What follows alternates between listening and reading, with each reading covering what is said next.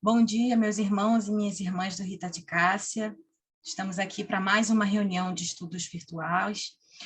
E nós hoje é dia 12 de novembro de 2021, e nesse momento eu convido vocês, como se estivéssemos lá no salão da nossa casa, que a gente se acomode, que a gente respire calmamente, a gente mentalize a figura de Jesus, primeiramente, que a gente possa dar as boas-vindas ao Mestre no nosso lar, e que a gente possa convidar os nossos mentores, os nossos guias espirituais, para que eles possam amparar esse momento de estudo e de oração, a fim de que a gente aproveite o máximo das boas inspirações que aqui vamos receber, na conexão com os meus amigos espirituais. Meus amigos, no dia de hoje nós vamos estudar uma questão de O Livro dos Espíritos, que está registrada na terceira parte, no capítulo que fala da perfeição moral. É a questão 918, que trata das características do homem de bem. Nessa questão, Kardec pergunta: por que sinais se pode reconhecer no homem o progresso real que deve elevar o seu espírito na hierarquia espiritual? E aí os espíritos respondem: o espírito prova a sua elevação quando todos os atos de sua vida corporal representam a prática da lei de Deus e quando compreende antecipadamente a vida espiritual. Notem, ele fala, quando todos os atos da sua vida corporal, a gente está falando do homem encarnado, né? Essa questão, representam a prática da lei de Deus e quando compreende antecipadamente a vida espiritual. A gente tem uma mudança de perspectiva. É preciso. São dois eixos: a prática da lei de Deus e a compreensão da vida espiritual, da nossa realidade espiritual. E nessa questão tem um comentário de Kardec que traz uma série de características que ele considera como as características do homem de bem.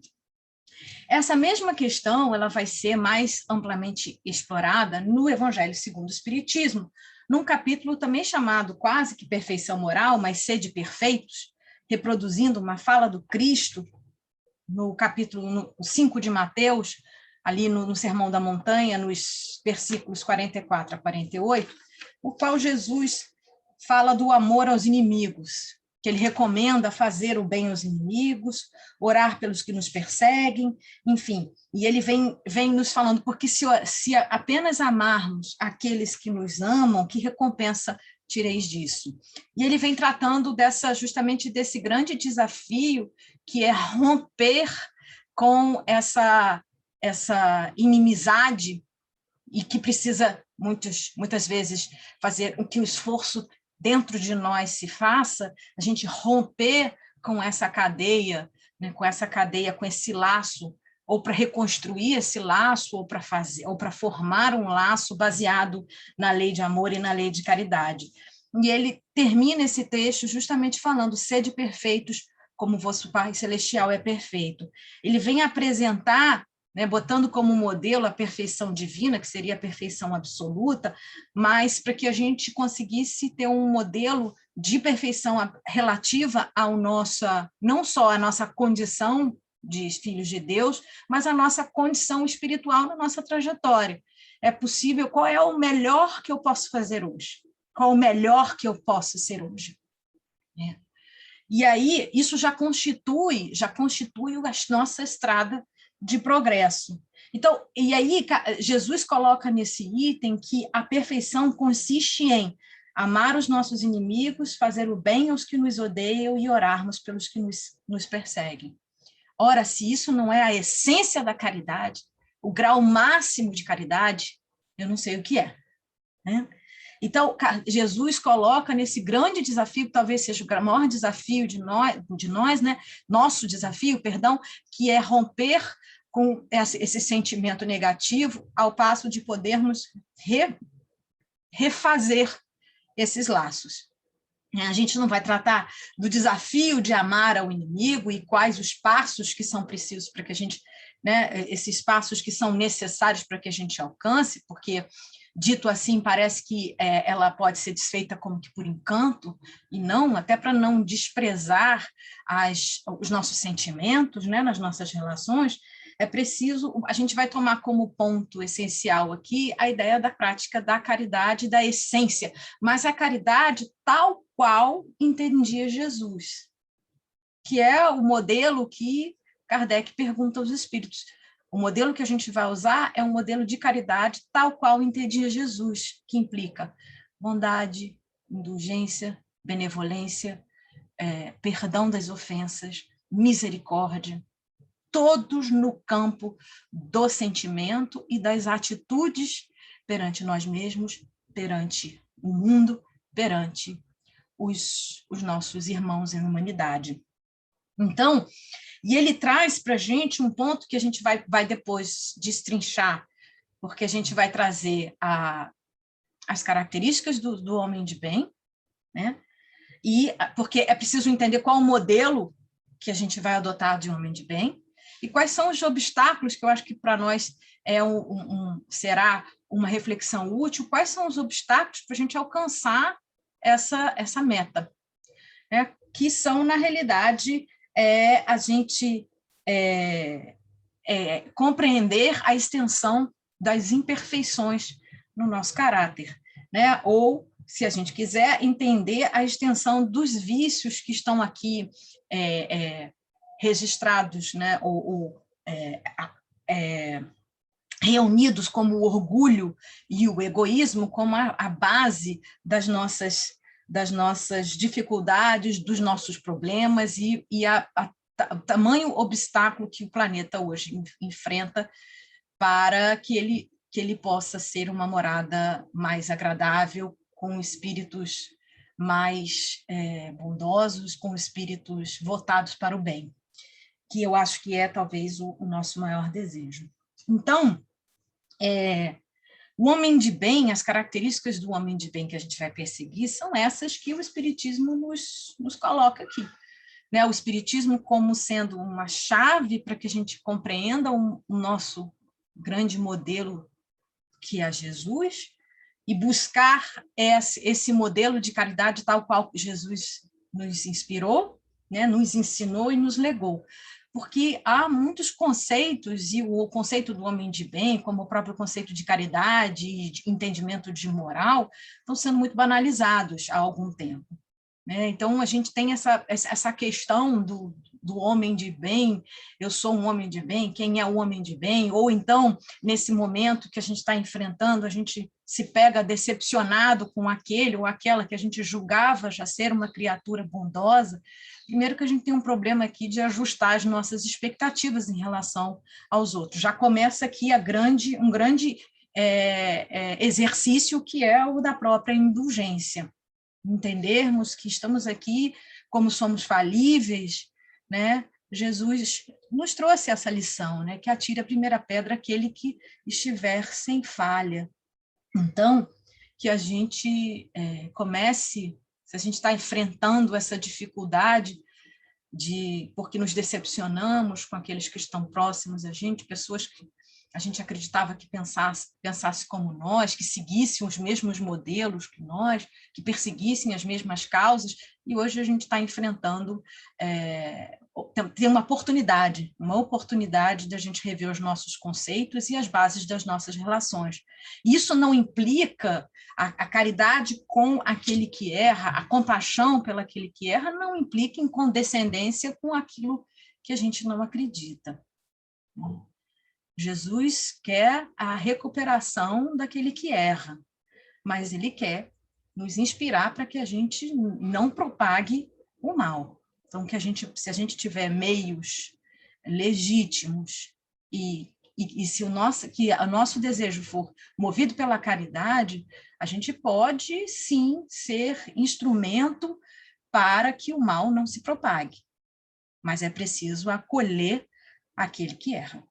Então, o nosso modelo, então a gente não vai pensar naquele que a gente julgava se fosse um homem de bem que é capaz de machucar. como nós somos capazes de fazer o mal ainda que a gente acha que não, que a gente já progrediu, que a gente não deseja o mal, a gente ainda pode fazer o mal. A gente ainda pode machucar as pessoas, mesmo que a nossa intenção não seja essa.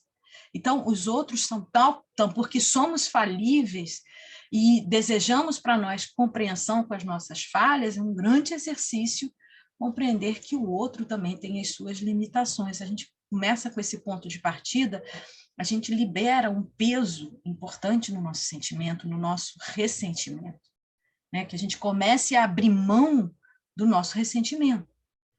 E aí, a gente começa a mostrar o progresso, a gente começa a investir nessa estrada pelo progresso, por alcançarmos o bem, para que, olha lá o que ele fala lá, não é? Qual é o indício, né, de superioridade, né? Quando o espírito prova sua elevação, quando todos os atos da sua vida corporal representam a prática da lei de Deus e quando compreende antecipadamente a vida espiritual. A gente chama de novo a importância do espiritismo como sendo esse grande instrumento que nos ajuda a compreender a nossa essência espiritual. E aí os nossos problemas de relação, as nossas questões corporais, os nossos desafios materiais, eles tendem a tomar nossa perspectiva em relação a eles, o tamanho do problema passa a ser revisto. Então, as características do homem de bem que vão servir de base, né, como nossa meta, estão no item 3 do capítulo 17º, Sede Perfeitos, do Evangelho segundo o Espiritismo, que nada mais é do que o texto de Kardec, comentário da questão 918, que a gente acabou de ler, ele está ampliado. Então, a gente vai usar o texto do Evangelho, mas a gente vai tocar em todos os pontos que Kardec toca no comentário, no seu comentário na questão 918, que é a questão base do nosso estudo, né? As características ou caracteres do homem de bem. Então, ele já começa colocando a meta, né, o ponto, o cume dessa elevação na prática da lei de justiça, amor e caridade. Então, o homem de bem é aquele que pratica a lei de justiça, amor e caridade, na sua maior pureza. E aí ele vai destrinchar, porque isso, para nós, fica muito amplo, né? E dependendo do nosso grau de instrução em relação a nós mesmos, em relação ao conhecimento da nossa realidade, pode parecer vago, né? Então, ele vai destrinchar para facilitar o nosso entendimento. Porque a gente pode se identificar com uma ou outra característica, com uma ou outra virtude, porque nada mais qual é a nossa estrada percorrendo, buscando o caminho do homem de bem, é a conquista das virtudes. Então, a gente vai esbarrar justamente nesse obstáculo. Qual é o grande obstáculo para a conquista das virtudes? É que a gente fica no campo do vício. Entender a raiz e a extensão do egoísmo, que os espíritos colocam como a grande chaga, nosso grande obstáculo, mas eu acrescento aqui, né, o orgulho, porque são ali irmãos nessa dificuldade, então estão ali, junto com as imperfeições, porque a nossa carência de conhecimento, a nossa carência de experiência, que é algo natural na nossa trajetória evolutiva, nas experiências a gente vai suprindo essa carência, vai diminuindo a nossa carência, a nossa imperfeição, mas a gente também se distrai e se atrapalha, criando situações de muito sofrimento para nós, por força do orgulho e do egoísmo que ainda persistem em nós. E muitas vezes a gente nem tem consciência ainda dele. A gente ainda não tem consciência do mal que a gente carrega por simplesmente o orgulho e o egoísmo dominarem o nosso modo de pensar, o nosso modo de sentir, o nosso modo de se relacionar. Então, vamos botar a meta primeira lá em cima, cumpre a lei de justiça, amor e caridade, que nada mais é a lei de Deus em toda a sua pureza. Ele se interroga se não violou nenhum ponto dessa lei, se não desprezou a ocasião de ser útil e se ninguém tem queixa dele. Isso é difícil no mundo que a gente está, né? Então, vamos ver se a gente consegue se identificar com uma ou outra conquista, né? E perceber, porque acho que a grande chave aqui é começar pelo conhecimento de si. A gente vai destrinchando aqui, e à medida que a gente for lendo aqui as características, você que está aí intrigado por esse tema, pensa, começa a tentar conhecer os seus limites. Começa tudo por ali, por essa base. O conhecimento das suas limitações e das suas conquistas. Reconhecer as conquistas, entender as nossas potências e, sobretudo, conhecer os nossos limites, né? Aqueles que a gente precisa transpor. Ele tem fé em Deus, na sua bondade, na sua justiça e na sua sabedoria, e se submete à sua vontade em todas as coisas. Né? Até que ponto nós aceitamos a vontade de Deus? Né? A gente se submete a ela, a gente tem fé em Deus, se a gente tem fé na vida, a gente tem fé na nossa evolução. Tem fé no futuro, né? Fé em Deus e fé no futuro, e coloca os bens espirituais acima dos bens materiais, que na realidade são os bens temporais. Então, por aqui a gente vai estender os bens temporais, não só as conquistas materiais que a gente tem, mas todas aquelas que envolvem as nossas relações, as relações que a gente estabelece, relações de hierarquia, seja no trabalho, seja na família, seja na casa espírita, seja no trabalho voluntário que a gente se engaja, qual é o apego que nós temos, as posições que a gente tem, né? Porque o orgulho é aquele que diz assim, como é que esse aqui ousa falar assim comigo? Como é que ele não respeita a minha autoridade? Como que ele tem a ousadia de não me amar? É o orgulho que grita, é o orgulho que faz com que a gente se sinta assim. Então, continua, ele sabe, né, a criatura de bem, vamos dizer assim, sabe que todas as vicissitudes da vida, todas as dores e todas as decepções são provas ou expiações, fazem parte do nosso progresso ou fazem parte do nosso processo de educação, mas educação no campo moral. Não é, a gente não vai tratar aqui porque muitas vezes a gente fala de educação, a gente está falando de instrução, mas nós estamos falando na grande arte que os espíritos trazem aqui também no Livro dos Espíritos, esse grande conceito de formar homens de bem. E aí é um outro conceito, né? Possuindo o sentimento de caridade e amor ao próximo, faz o bem pelo bem. É um ponto que a gente vai tocar, que é a questão da caridade desinteressada, que é talvez aí também o cume dessa montanha, né, na experiência com a caridade, o interesse pessoal. Retribui o mal com o bem, toma a defesa do fraco contra o forte e sacrifica sempre seus interesses pela justiça. Então, é colocar os interesses da coletividade acima dos seus interesses pessoais.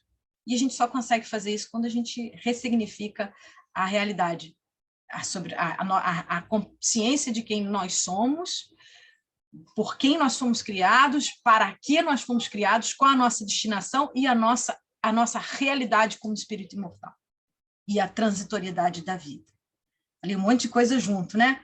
Mas a gente só consegue reunindo todos esses elementos, senão a gente fica carente de compreender e não consegue compreender. Às vezes até a inteligência ela alcança, mas o sentimento trava.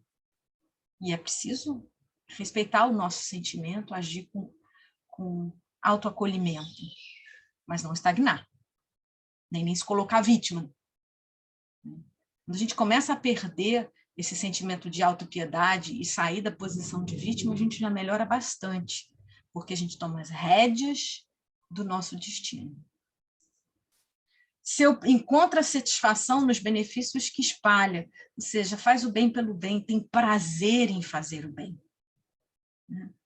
Seu primeiro impulso é pensar nos outros antes de pensar em si. Coloca os bens coletivos acima do interesse pessoal. É bom um humano benevolente, sem distinção. Aí é o difícil, porque é mais fácil ser benevolente e bom com quem pensa como eu, com quem me aceita, com quem me compreende, com quem me respeita. Quando a gente colocar o respeito pelo próximo, quando a gente depender o respeito pelo próximo pelo respeito que ele tem a gente, nós temos problema. Porque, lembra, o nosso foco aqui, nós. A conquista do bem é individual. E notem que os conceitos aqui, eles são conceitos amplos, mas não são difíceis de compreender e são acessíveis a cada um de nós em cada etapa evolutiva. A gente agora já não pode mais alegar a ignorância. Né? Algumas horas de espiritismo, ou basta que a gente tenha contato por algum tempo com a mensagem do Cristo, a gente não tem como alegar mais ignorância. Então, essa é uma conquista que implica investimento nosso. Senão ela vem, mas vem à custa de muito sofrimento. E a gente pode diminuir esse sofrimento. Diminuir o sofrimento quando a gente faz um investimento positivo. E aí, como a gente faz? O Espiritismo está aqui como um grande instrumento. Quais são os obstáculos? Compreender a extensão do orgulho e do egoísmo dentro de nós, compreender a força das paixões, que elas podem ser grandes molas propulsoras, mas elas podem também se transformar em algo, num mal, quando elas são um excesso e elas nos dominam.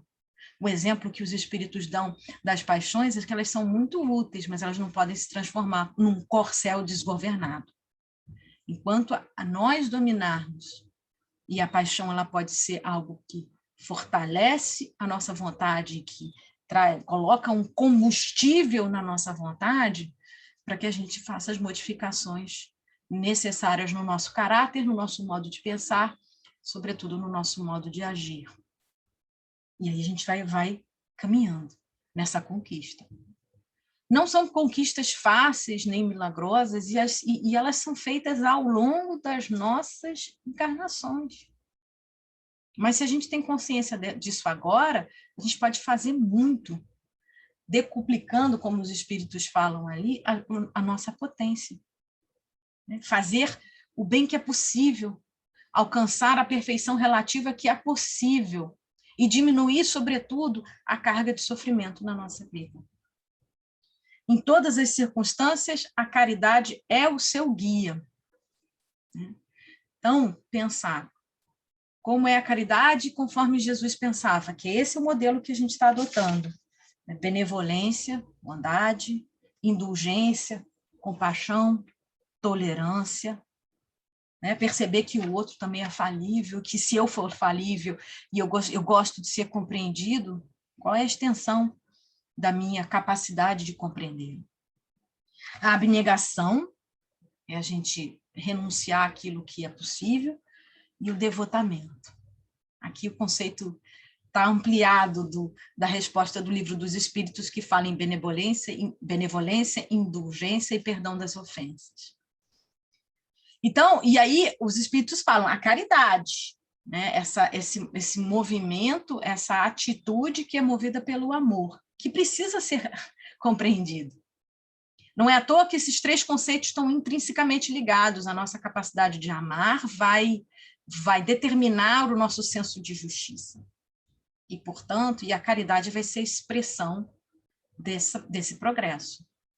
Então, o cume dessa montanha, como a gente já usou essa ilustração, é a caridade desinteressada. É o bem pelo bem. Ainda que comece num esforço, de certa forma, se a gente for pensar egoísta, de pensar eu quero me liberar desse sofrimento. Então, eu vou fazer esse investimento. Então, quando a gente evolui, quando a gente progride, quando a gente investe na nossa melhoria, isso implica em a melhoria nas nossas relações conosco mesmo e próximo. Nosso primeiro compromisso é conosco mesmo. Não é esse padrão que Jesus coloca? Ama ao próximo como a ti mesmo? E se a gente vai ampliando o nosso senso de justiça, a nossa capacidade de amar, para conosco e para com as nossas relações, com o próximo que está próximo, o próximo que está distante. Né? Continuando, ele diz assim, não tem ódio, nem rancor, nem desejo de vingança. É possível a gente investigar? Porque são sentimentos que muitas vezes nos causam a revolta, a raiva. Não, a gente não pode mascarar esses sentimentos, né? Encurralá-los e simplesmente negá-los. Eles estão presentes. Como que eu lido com esses sentimentos? Eu alimento para que ele vire ódio? Eu alimento para que ele permaneça no rancor e fique ressentindo? Ao ponto de se tornar, de virar desejo de vingança, não é? A gente seja sincero consigo mesmo. O primeiro passo talvez seja admitir. Eu estou triste, eu estou zangado, eu estou revoltado, eu tenho raiva. E aí, o que eu faço com isso? Vou alimentar? Porque acho justo? Porque tenho direito de retaliar? Tudo bem. Há consequências. Os espíritos são muito claros lá no seu inferno. Quem tiver dúvida disso, pode estudar lá. Código da vida futura. A gente alimenta a imperfeição, a gente alimenta o sofrimento. Agora, se a gente se alimenta de potências de virtude, a gente alimenta, atenua o sofrimento ou conquista a satisfação e a felicidade que a gente deseja tanto. Mas a gente não sabe direito como ela é ainda, né? Então a gente fica, às vezes, buscando onde ela não está. Né? É indulgente para as fraquezas alheias. Indulgência. Porque sabe que necessita de indulgência e se recorda dessas palavras do Cristo. Atire-lhe a primeira pedra aquele que estiver sem pecado. Esse é um bom exercício. Esse é um bom exercício para limitar as nossas... que a gente não propague, às vezes, que um sentimento ruim tome proporções maiores. A gente pensar, eu estou sofrendo, eu estou chateado, eu estou magoado. Mas e aí? O outro? Porque é o primeiro passo para eu conseguir, inclusive, ter um movimento de perdoar, de esquecer, de virar a página, de seguir. Porque a gente precisa se libertar. O orgulho, a inveja, o egoísmo, tudo isso, eles nos prendem, são como grilhões que nos impedem de seguir livres. Vamos pensar, se a gente não consegue ser feliz, será que a gente já consegue buscar ser livre? A consciência, a nossa consciência, não ficar gritando durante a noite. Não se compraz em rebuscar os defeitos alheios. Esse item aqui, eu já vou, porque a gente já acabou tá comentando, né? Tem uma questão interessante que os espíritos, acerca desse item, a questão 903, que a gente vai aprofundar essa questão da indulgência, né, e rebuscar os defeitos alheios. A questão 903 do Livro dos Espíritos, desse mesmo capítulo, a gente está no mesmo capítulo, capítulo Perfeição Moral do Livro dos Espíritos e capítulo Sede Perfeitos do Evangelho. A gente está conversando com esses dois temas, com esses dois capítulos. Incorre em culpa a pessoa que estuda os defeitos alheios? Então, pensa assim, eu estudar os defeitos alheios me traz prejuízo? É conveniente? Ou se é, até que ponto? Ou é totalmente inconveniente? Se for para criticar e divulgar, for para fazer fofoca, incorrerá em grande culpa, porque será faltar com a caridade. Sobretudo se for assim, olha como ele é inferior e olha como eu sou superior. A gente cai num duplo problema, da crítica, da fofoca e da gente se julgar superior. Mas se o fizer daí para tirar algum proveito, para evitá-los, tal estudo poderá ser de grande utilidade. A gente pode, né? Olhar a imperfeição, pensar assim, será que isso não está, eu não tenho esse, se está me chamando tanta atenção no outro, é muito provável que eu tenha isso no meu caráter. Normalmente é assim, né? É um espelho, né? Então, a gente pensar assim, qual é essa extensão em mim? Né? Aí olha a dica que eles vão dar aqui, preciosa. Não se deve esquecer, porém, que a indulgência, começa com a indulgência, para com os defeitos alheios, é uma das virtudes que fazem parte da caridade. Então, eu pensar, o outro é falível, ele também tá passando pela mesma trajetória que eu, em rumo à perfeição. Então, ele é passível de erro, ele pode usar mal o livre-arbítrio, e vai sofrer as consequências, porque não há nenhum desvio da lei de Deus que não tenha consciência e necessidade de reeducação e de reajuste, porque a gente só encontra equilíbrio e segurança na lei de Deus. Então, ele continua, antes de censurardes as imperfeições dos outros, vede se não poderão dizer o mesmo a vosso respeito. Aí é o estudo eficiente. Será que eu também sou? Será que eu também sou assim? À minha maneira? Tratai, pois, de possuir as qualidades opostas aos defeitos que criticais nos semelhantes. Esse é o meio de vos tornardes superiores. Olha lá, se eu estou tão chocada com o outro ser avarento, que eu seja generoso.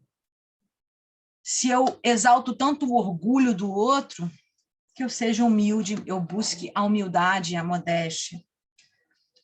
Se eu critico tanto a dureza, né, a indiferença, né, a ponto, às vezes, de se tornar cruel, né, a dureza dos outros, que eu possa ser brando. Não é assim? Eu não devo agir com o outro como eu gostaria, ou não fazer ao outro aquilo que eu não gostaria que fosse feito. Então, como é que eu posso ser duro se eu sei como dói ser tratado com indiferença e com dureza? Que eu trate de ser brando. Se eu critico o outro por agir com mesquinhez, que eu seja grande em todas as minhas ações. Isso são alguns exemplos que os espíritos que respondem a essa questão deixam para a gente. Em suma, procedei de forma a que não vos possam ser aplicadas essas palavras de Jesus. Outro ensinamento importantíssimo. Vedes o argueiro no olho do vizinho e não enxergais a trave no nosso? Porque começa muito, às vezes, a dificuldade que a gente tem de olhar para si, a gente pode começar olhando como é que a gente julga o outro. Porque essa é a medida que a gente vai se julgar. Então, se eu sou duro, inflexível com o outro, você pode ter certeza de que eu sou duro e inflexível comigo mesmo, porque essa é a medida que eu tenho de justiça. A gente precisa mexer, precisa trabalhar isso. Vamos tomar consciência, tomar contato e usar as ferramentas que são possíveis para que a gente diminua o sofrimento e evite que esse sofrimento se propague, que seja atenuando a princípio. Tudo é processo, né? E aí, na esteira dessa reflexão, Kardec coloca, estuda as suas próprias imperfeições e trabalha incessantemente em combatê-las. Ora, eu fiz lá o estudo, que pode ser útil, né? Como é que a gente pode combater? Com um exemplo que os espíritos deram, buscando as virtudes que contrapõem. Investindo vontade, investindo energia, porque a gente sabe onde a gente quer chegar. Ter consciência, e aí implica a fé no futuro, a fé em Deus. A gente ainda não conquistou tudo isso daqui, né? Isso aqui é uma meta, mas é uma meta que já é possível, algumas delas.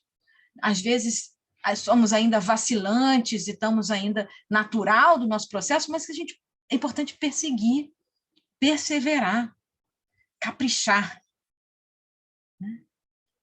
Não procura dar valor ao seu espírito e nem aos seus talentos à custa de outrem. Olha lá o exemplo que ele tinha dado, né? Se a gente fica tão chocado com a vaidade do outro, que a gente persiga a humildade e a modéstia. Não se envaidece da sua riqueza, nem das suas vantagens pessoais, por saber que tudo que lhe foi dado pode ser-lhe tirado.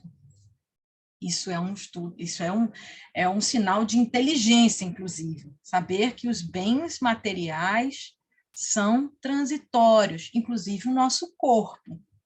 A vitalidade, a juventude, achar que só tem beleza e vantagem na juventude.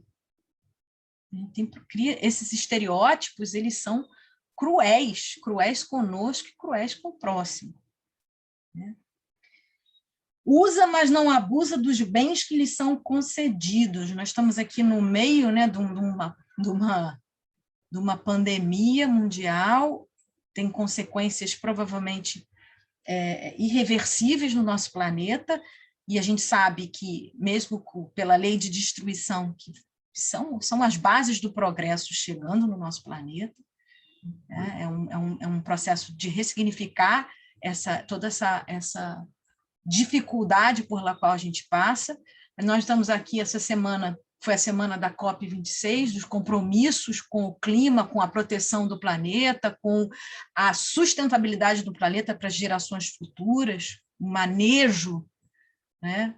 O manejo insensato da natureza e as consequências que a gente já pode tirar.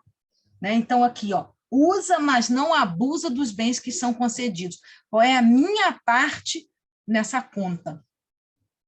Né? Se a ordem social colocou homens sob sua dependência, trata-os com bondade e benevolência, porque são seus iguais perante Deus. As posições sociais, as posições que a gente ocupa, a autoridade que é investida também é transitória. Qual é o exemplo que eu dou no uso da autoridade? Eu uso a autoridade como um tirano, ou eu uso essa autoridade para cumprir com a minha obrigação, uso a autoridade para levantar a moral, como ele diz aqui, e não para os esmagar com seu orgulho. Evita tudo que lhes possa tornar mais penosa a posição subalterna em que se encontram. Que a gente se entenda como parte de uma rede, né? E que estamos sempre encadeados entre superiores e inferiores. Como que nós usamos essa experiência? O subordinado, se subordinado, né, quando nós estamos, que a gente falou da cadeia, né, quando eu estou na posição de inferioridade, compreende os deveres da posição que ocupa e se empenha em cumpri-los consciosamente. Enfim, já chegando nos minutos finais do nosso estudo, finalmente o homem de bem respeita todos os direitos que a lei da natureza, que as leis da natureza dão aos seus semelhantes, como gostaria que respeitassem os seus. Qual é o desafio maior para você que está aí assistindo esse estudo? Não ficam assim enumeradas todas as qualidades que distinguem um homem de bem, mas aquele que se esforce por possuir as que acabamos de mencionar, já se acha no caminho que conduz as demais. Então, vamos usar a recomendação de Kardec, né? Você se identificou? O que você já consegue fazer? O que você está devendo? O que é muito difícil ainda de fazer? Vamos começar com o que é possível. Né?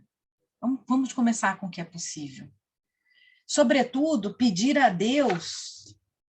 Olha só, o homem pode encontrar nos espíritos assistência eficaz para superar as suas limitações. Aqui são as paixões, mas a gente pode pensar nas limitações, nos nossos vícios, nas nossas dificuldades, aquilo que a gente já reconhece e que sabe, não se compraz mais nessa situação e sabe que isso está nos fazendo sofrer. Ele diz assim, questão 910, os espíritos dizem, se pedir a Deus e ao bom gênio, ao seu guia, ao seu mentor espiritual, com sinceridade, os bons espíritos lhe virão certamente em auxílio, porque essa é a missão deles. Não há arrastamento irresistível, não há paixão irresistível. Não há vício que não possa ser contornado.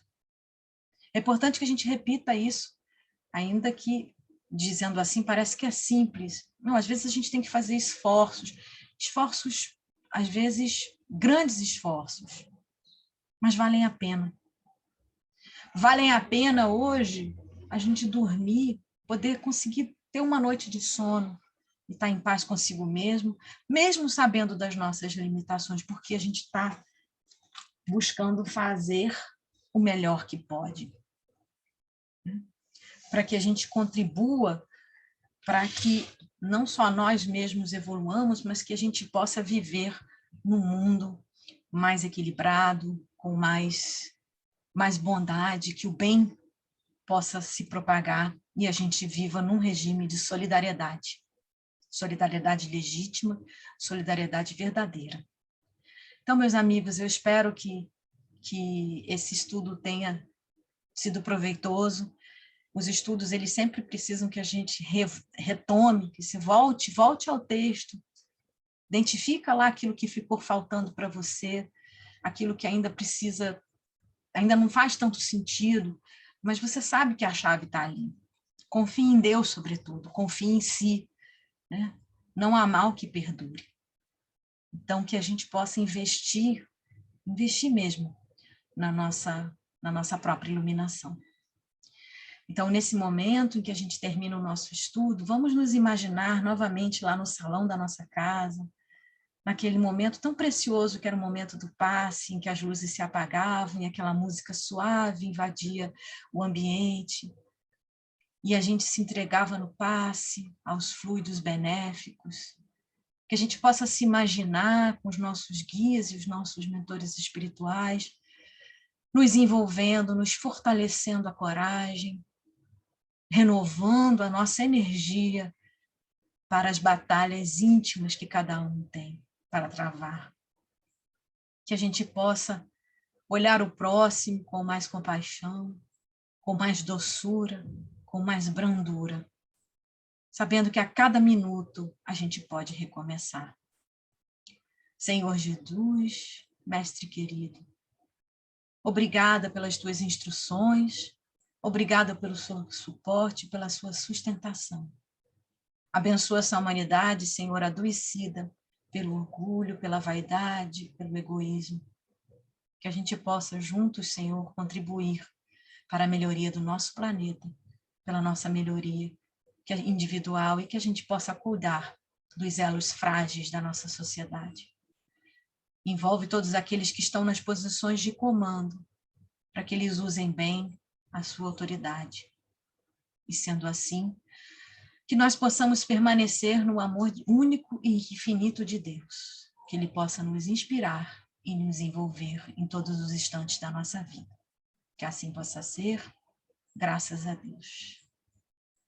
Obrigada, minha irmã, obrigada, meu irmão, que você tenha um dia de paz. Até a próxima.